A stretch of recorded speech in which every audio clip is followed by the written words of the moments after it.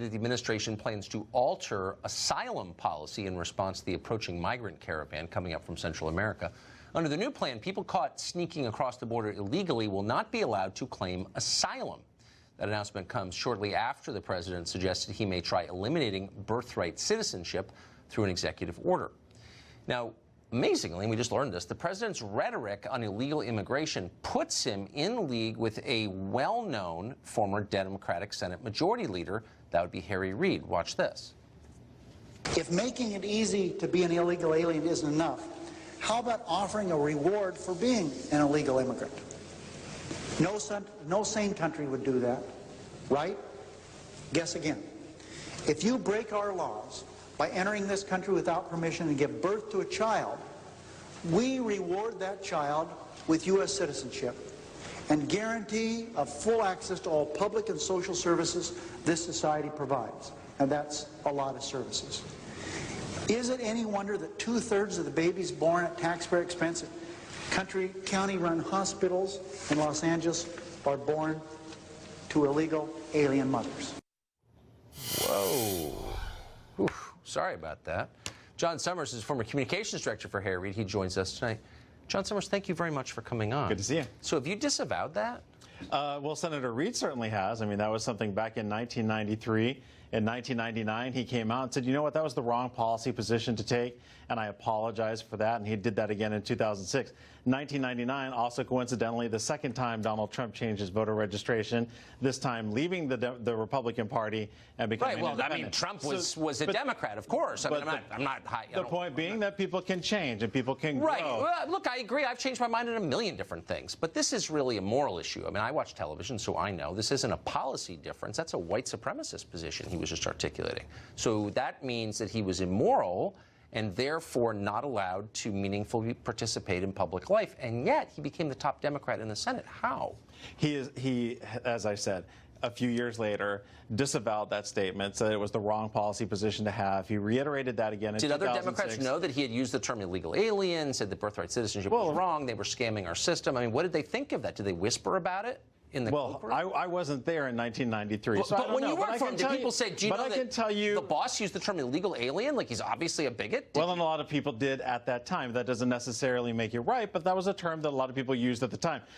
The more important thing is that he took the right positions and actually worked with Democrats and Republicans to actually try and pass comprehensive immigration But what changed? 5 years ago, we were actually able to do it, and the House decided to say no. I wouldn't say it's comprehensive immigration. And that bill even had $46 billion in it for border security. Fake, and that's why there are 22 million illegals living in our country right now. So the whole thing is fake. I think the estimate is actually 12 million, but either way, no, the estimate was revised by academics from Yale and MIT 3 weeks ago. From the Trump administration, it's 12 million.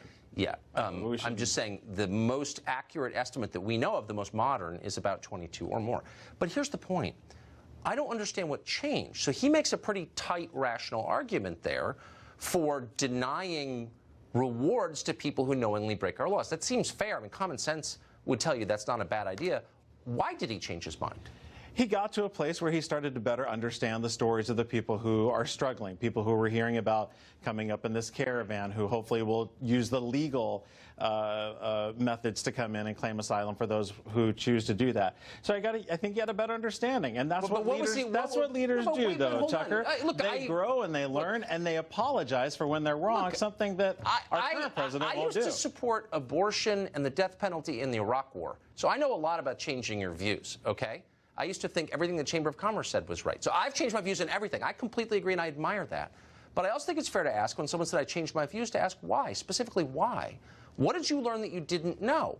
So he said, if people break the law, you shouldn't reward them. And if you do, it's an incentive for more people to break the law. Does he no longer believe that? And this is where spouses actually come in. And after he made that speech, his wife, Landra, sat him down and said, you know, my father is an immigrant. What you said there was wrong. Your position is wrong. But why is it wrong? And that's where he gradually... Okay, so his wife didn't like it. Okay, I get it. But what... No, but help us out so the rest of us can change our views if there's some good reason to.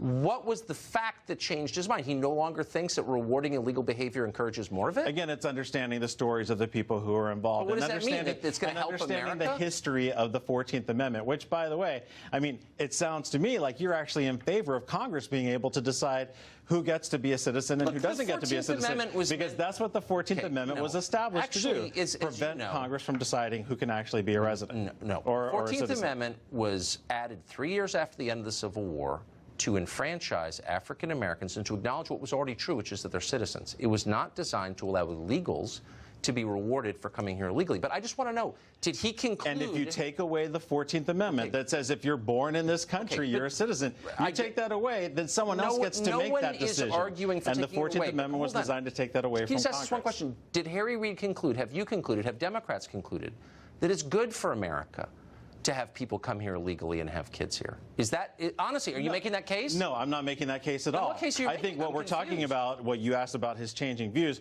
what the case that we're talking about now is if you've got people who are coming in who are subverting the law, not living up to its intent, then that's something we've got to address. But we have to do it in how? Well, we have to do it in a legal way. Unfortunately for Donald Trump, he's not king, so he can't do it all by executive order. He's actually going to have to do it through the legal process. Because everyone acts like it's only Central Americans. Birth tourism is really a phenomenon of upper-income people from China and Russia.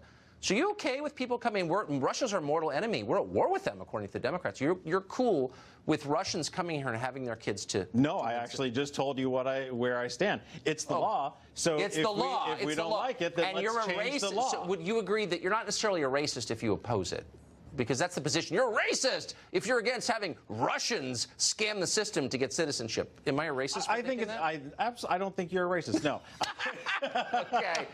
Thank you. I've been absolved of sin by you, and I appreciate it. John Summers, great to see you as always.